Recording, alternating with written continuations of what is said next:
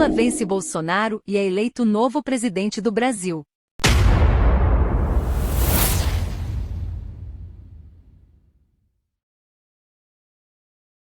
Luiz Inácio Lula da Silva foi eleito para um terceiro mandato como presidente do Brasil ao vencer o presidente Jair Bolsonaro neste domingo.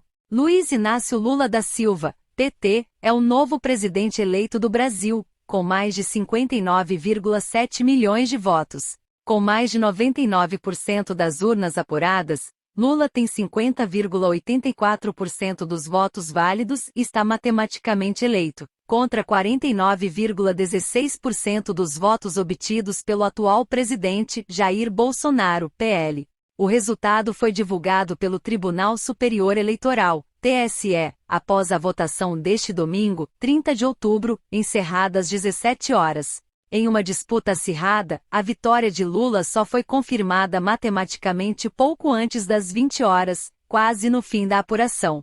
Aos 77 anos, Lula chegará a um terceiro mandato no Planalto, após já ter sido presidente do Brasil entre 2003 e 2010. O ex-presidente concorreu neste ano tendo o ex-governador de São Paulo, Geraldo Alckmin, PSB, como vice, em uma aliança formada com o antigo rival para a disputa da presidência. No primeiro turno, Lula já havia vencido, com 48,43% dos votos e 43,20% do presidente Bolsonaro. Em terceiro no primeiro turno ficou Simone Tebet, com 4,16% dos votos. A trajetória política de Lula começou em São Paulo, embora ele tenha nascido em Garanhuns, Pernambuco. O sétimo de 8 filhos, Lula migrou quando criança com a família para terras paulistas. Foi criado sobretudo pela mãe, conhecida como Dona Lindu. Lula teve profissões que foram de engraxate a auxiliar de escritório, e foi por mais de uma década torneiro mecânico em fábricas, quando se aproximou do movimento sindical.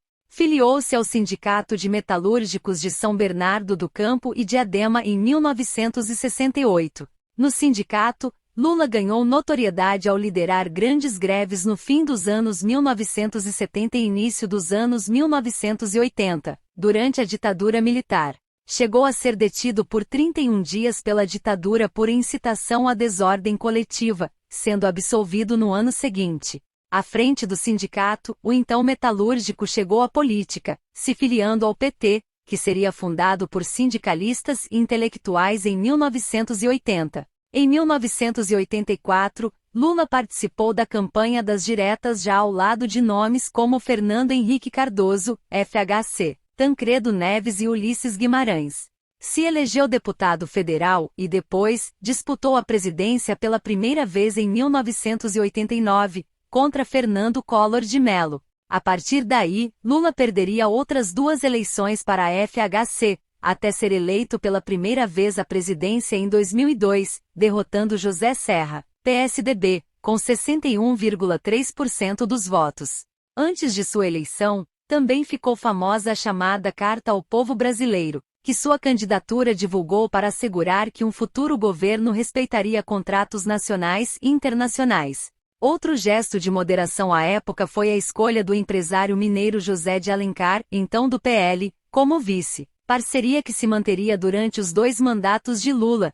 e que o petista buscou repetir em 2022, ao indicar o ex-rival Geraldo Alckmin, PSB, como vice. Seus anos de governo tiveram programas sociais como Bolsa Família, Minha Casa, Minha Vida e expansão do ensino superior a alunos de baixa renda. Na economia, sobretudo seu primeiro mandato foi marcado por política econômica vista por aliados como conservadora, tocadas inicialmente pelo banqueiro central Henrique Meirelles e o então ministro da Fazenda Antônio Palocci. O Brasil realizou o pagamento da dívida externa brasileira com o Fundo Monetário Internacional, FMI, e ampliação de reservas internacionais em dólar. Seus mandatos também ocorreram em momento favorável das commodities no mercado internacional, além de aumento do consumo interno com os programas de distribuição de renda, aumento do salário mínimo e expansão do crédito. Em infraestrutura foi lançado o Programa de Aceleração de Crescimento, PAC. O crescimento médio do PIB foi perto dos 4% ao ano, período conhecido como milagrinho econômico.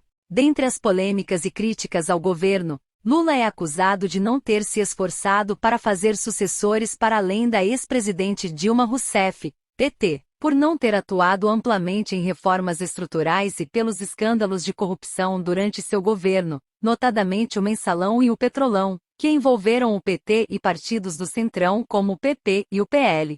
Lula vence neste ano após ter tido a candidatura autorizada em março de 2021. Depois de decisões da Operação Lava Jato contra ele serem anuladas pelo Supremo Tribunal Federal, STF. Na Operação Lava Jato, Lula chegou a passar 580 dias preso, mas teve a condenação pelo ex-juiz Sérgio Moro anulada pelo STF por incongruências no processo.